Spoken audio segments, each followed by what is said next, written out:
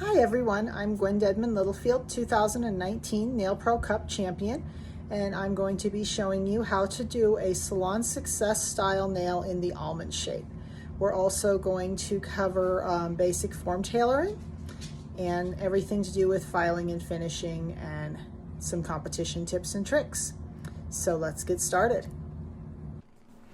We're going to begin with form tailoring. So the first thing I like to do is tear the wings apart and then pull out this center piece, the little dot, but leave the paper on the form. And that way you aren't dealing with the form sticking to everything. So we're going to try it on the fingernail that we're going to be using, and we're going to make sure we're holding the form at the correct angle for the nail that we want to create. And then check and look for gaps. Make sure there's no little spaces, and you can see how we've got a little gap right here, a little bit less there. What you want to do is you want to cut the shape of the form to match exactly the natural smile line shape of the nail. This one doesn't need a lot cut out of it. Sometimes, especially if you've got that really high hyponychium or the really deep smile line, you'll have to cut deeper into the form. And so just keep in mind that not always do you only have to take out this tiny little piece. So once we've done that, we're going to try it on again and confirm that it does fit. And we're also going to make note of where the corners of the natural smile line meet that form. And that way we can make the relief cuts, which are going to release the sides of the finger so that that form can really go down into that nice tight C curve. And the way we do this is just a straight 45-degree angle cut from where the corner of that natural smile line would be down towards the edge. It's important that this goes forward on the form, because at about a 45-degree angle, so that it releases the entire side of the finger without compromising the structure of the form. And I like to cut these little corners off just because then they don't obstruct my view at all. So we've kind of made a little Batman form here. So after we've got that form cut, we're then going to try it on to confirm that we did line up both those corners really well, and then take the paper off. And then you can put your form on. I like to close the wings first. It's very important that these line up exactly and they're not offset from each other. If they're offset at all, it will cause your form to twist, and which will then cause your nail to twist. So it's super important that it's closed exactly evenly. So we're going to put it on and start to tighten it and just check and make sure that it's at the right angle. And because we're making an almond shape, this form is going to be slightly downward. And then I'm going to close that form down to just a couple lines past the desired length or close to the desired length, because I want this form to be nice and tapered so that my almond has a real nice C curve and a nice shape. Okay, so once we've got that form on, now we can go ahead and start applying our product. We're going to start with our Cover Pink first. And the first thing I do is I press out all the bubbles out of my liquid, or out of my brush in my liquid. And then I'm going to pick up a small to medium bead of the Cover Pink. This piece I'm going to press out on the towel for opacity. Whenever you want a colored acrylic, a pigmented white color Cover Pink to be more opaque, you want to press all of the excess liquid out on the towel. And then we're going to blend it into the natural nail bed first. And it doesn't have to like blend completely, but don't leave a big ridge. Go ahead and blend that down pretty good. And then we're going to start shaping our smile line after we get that blended in, and just work from one side to the other. And we're going to spend quite a bit of time doing this because you want to make sure that even though you can file the smile line with Salon Success, and especially since this is an online competition that you guys are doing right now, but in person, Salon Success category is very short. So it's really important to get that as close to your desired shape and as perfect as you can get it, because anytime you file a smile line, you risk breaking that form loose, and then the white is going to run underneath of it, and there's just a multitude of issues that you can cause. So it's best to only have to do just the slightest sharpening and crisping of that smile line.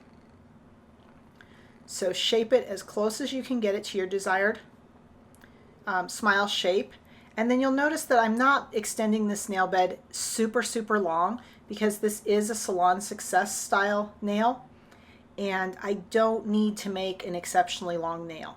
It's super important in the Salon Success category that you don't make a really long nail, because that just takes too much time, again, when you're in an in-person competition.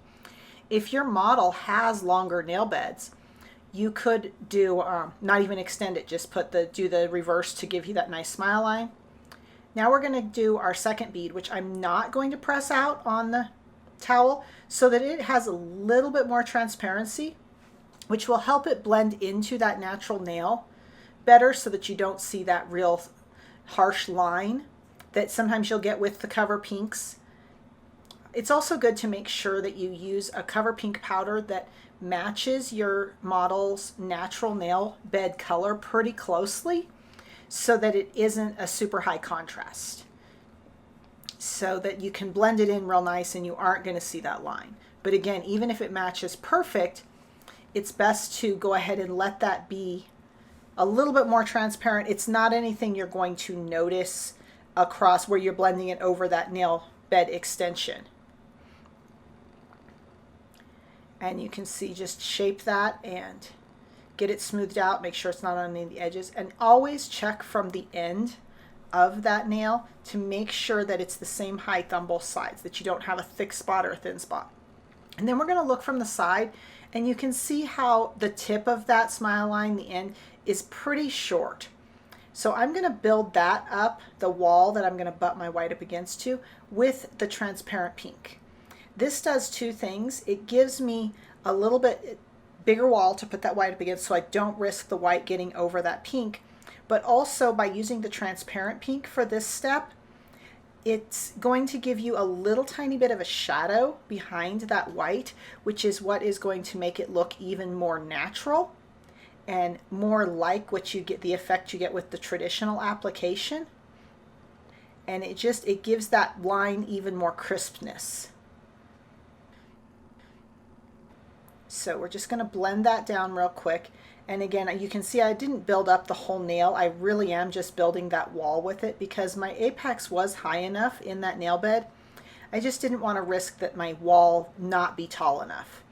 It's absolutely better that your wall of your smile line be a little bit taller than your desired thickness of your nail. That way you can get that really nice crisp smile line, which is super important in competition. And you can see I'm really working the smile line a lot to really get it perfected so that it looks really good. So remember how important that is, that it be almost perfect. And especially, I mean, you don't have to file it even. If you can get it to where it's nice and crisp, you can go ahead and just move on to the white immediately. I have done that in competition before where I didn't have time to file. Now we're going to take a closer look at that smile line wall, and you can see how it's nice and tall, but it's a little bit, it needs to be crisped up. You can see it's not perfect, but I want you to look at this. It's almost 3 millimeters tall, between 2.5 and 3 millimeters. That's super important. Obviously my nail is not going to be that thick, but that gives us a really nice wall to butt that up against. Now we're going to file that smile line. I'm using a 100 by 180 grit file, and I'm going to use the 100 grit side. And you want to use a new file for each fingernail that you're filing the smile line on. And that way the file does the work for you. And you don't have to use a lot of pressure, which could knock your form loose from that nail. So I file with holding the file towards, like on the end towards me, closest to me, rather than holding it up towards the hand. It's super important to do this on both sides, even though one side is going to feel a little bit uncomfortable and awkward, because that's what's going to give you a consistent, equal smile line. And I file one side and then the other, and then go across that end. And again, we're going to check from the side and check from the end. So now you can see how square that edge is. So I'm going to remove all the dust.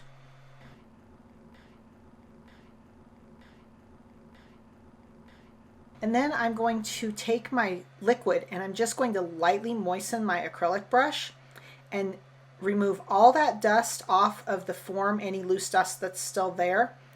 And I'm going to moisten that acrylic, and that'll make that white really seal to that really nice. So before I apply my white, I want to make sure that I'm making this nail a 2-to-1 ratio. So that means the nail bed is 2 times as long as the free edge. So I measured my nail bed and it was 15 millimeters. So that means that my free edge is going to be 7 to 8 millimeters. Try to get that where you can see that. There we go. 15 millimeters. So then I'm going to measure and add half of that distance, which like I said would be 7 to 8. And that will tell me where I need to build my free edge to on that form, which on this form with this nail is going to be halfway between the 2 and the 3. So then I'm going to pick up a bead of white, and it's better to pick up a little bit less than a little bit more. You can add more, but it's better to not make a nail that is too thick. So I set that bead down right in front of that point of that smile line, press it down, and then I clean the excess white off my brush before I start working it. And we're going to push it down towards the corners. And then remember to work one side and then the other and kind of work back and forth, because remember this product is setting up and you don't want one side to be completely cured because you spent too much time fiddling with the other side. So we're going to just really blend it into that smile line. You'll have plenty of time to shape that free edge area, but you don't have as much time to get it really tight up against that smile line, because you want it brushed up to that wall while it's still nice and soft so it can really bond to that wall and you won't get any little air pockets or anything. And you can see now I'm shaping that almond shape into this, because again, anytime you file takes time. So all the filing, you want to do as much shaping with the brush so that you have less time that you have to spend filing. So I have one little tiny spot on this one side that's a little bit thin. So I'm going to pick up another bead, and you make sure you press it out again. Remember, anytime you're using pigmented products, you want to press them out for opacity. And then I'm going to blend that into that free edge where the thin spot is and shape it out just to, that little side was just a little too thick. Make sure I don't have too much of it up on the pink. I don't like to just slop the white over the pink and hope that I've made my smile line perfect, because sometimes if there is a little air bubble or something in that pink, you could end up with a big white spot, and you don't want that. So it's better to keep that off there. And make sure when you're making an almond nail, a real common issue is forgetting this sidewall here. The almond sidewall still comes out to almost the length before it curves up just at the end. A lot of times people will just kind of go straight from the corner of that smile line to the end, and you end up with a very, very pointy almond with no C-curve at all. So you can see I'm just checking to see if it is hard enough that I can pinch it. And don't forget to check down the end and make sure that it's the same thickness all the way across. And then I can pinch this with the pinch tweezers if I feel like it's necessary. Remember that that nail bed is already set up, so I'm not really going to be changing a lot of the shape of that nail bed, but I'm just making sure that pushing that white in just a little bit more and making it nice and tight. So once that's done, obviously I'm only doing one nail, so I'm going to go ahead and tap it and make sure that it's completely set before I pull that form off. But in the real world, in competition, you have done all 10 nails, or at least 5 before you're taking off the form, so you don't have to worry about it's definitely going to be set up. So we're going to peel it off the finger first, and then squeeze it and pull downward away from it, rather than like lifting up, because that's very uncomfortable. And if you are working with a really long, thin nail, you risk breaking it if you pull that form upward towards the end. So you can see it's got a pretty good shape. We're not going to have to do a lot of crazy filing. So in competition, I like to file this one side of each nail at a time.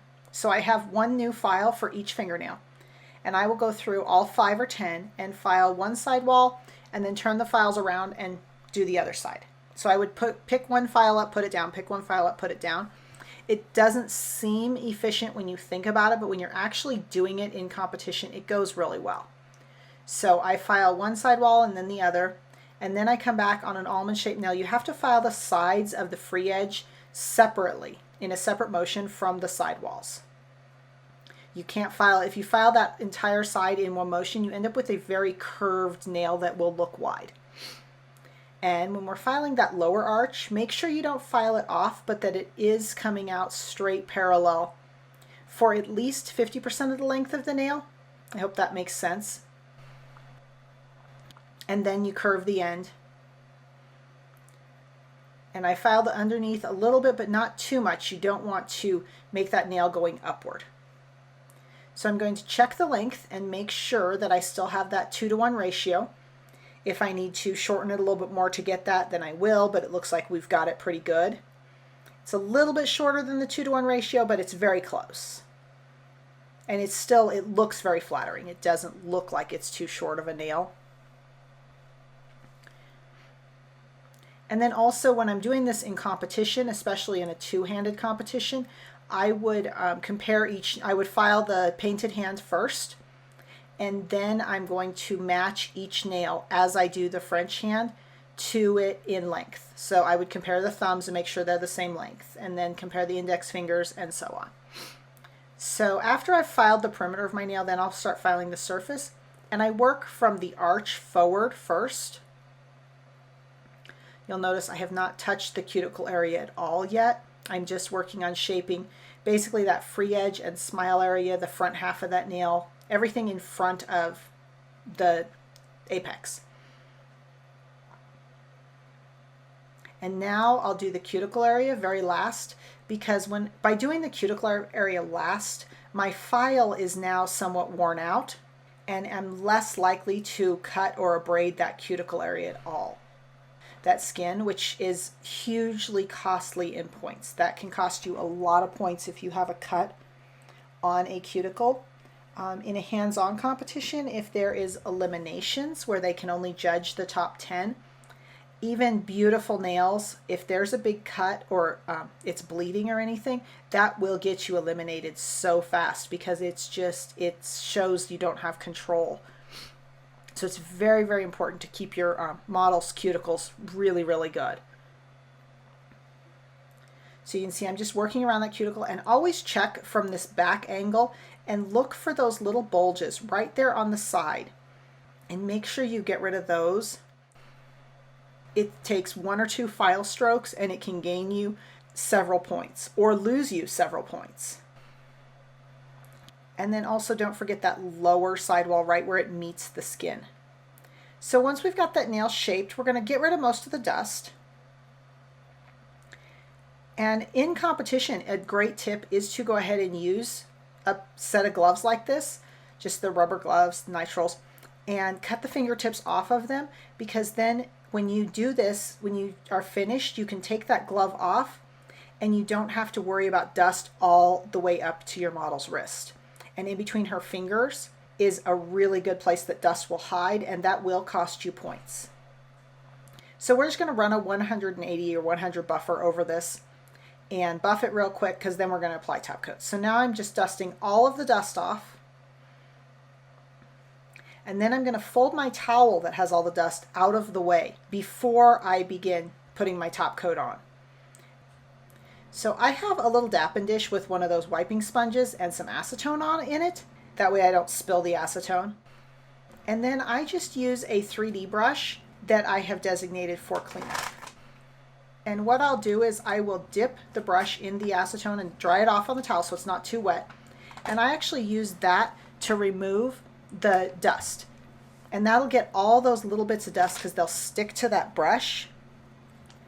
And you can see how I've removed all that dust. So I'm going to set that aside, and I'm going to get my UV lamp and my top coat. You want to use a cleansing free top coat, preferably, especially in competition. You want one that can be fully cured in like 30 seconds. because sometimes you're working right down to the very end. So I start in the center of the nail and I apply from the center to the free edge, and then I'm going to seal the edge of that free edge to that lower edge with just a small amount of product. And then I'll place my brush 1 to 2 millimeters from the cuticle and press it down and go back towards the cuticle. That will keep you from pooling right there in that cuticle area, as well as getting kind of that big bulge that you can get there too. And then you can brush over the whole nail and make sure and check in the light. It's best to have 2 lamps. You can see how I get 2 lines of light on this nail. That's because I have a lamp coming in from either side, and that really helps keep you from getting those shadows from your light only being on one side or even directly above you. So you want to cure that. And then for applying the oil, and I put it on the back of my hand, and then I use that same 3D brush to apply the oil to the nail, the finger around the nail, because if you get any oil on that cleansing free top coat, it will make it like dull and it's just not as shiny, and you just can't get that shine back. So I just brush it onto the finger, and really you can rub it in with that brush and get it really nice on there without oversaturating or getting too much oil. And obviously you don't want that excess oil in competition, but also in photos. If you have too much oil, it will really look crazy in the pictures. It'll look like your fingers are just wet. So you can see how nice that looks and how that finger looks really good without being oily. So then at this point is when I would take the gloves off in the competition. And here is our finished nail from the top and then from the side view. So I wish you all best of luck in the competition.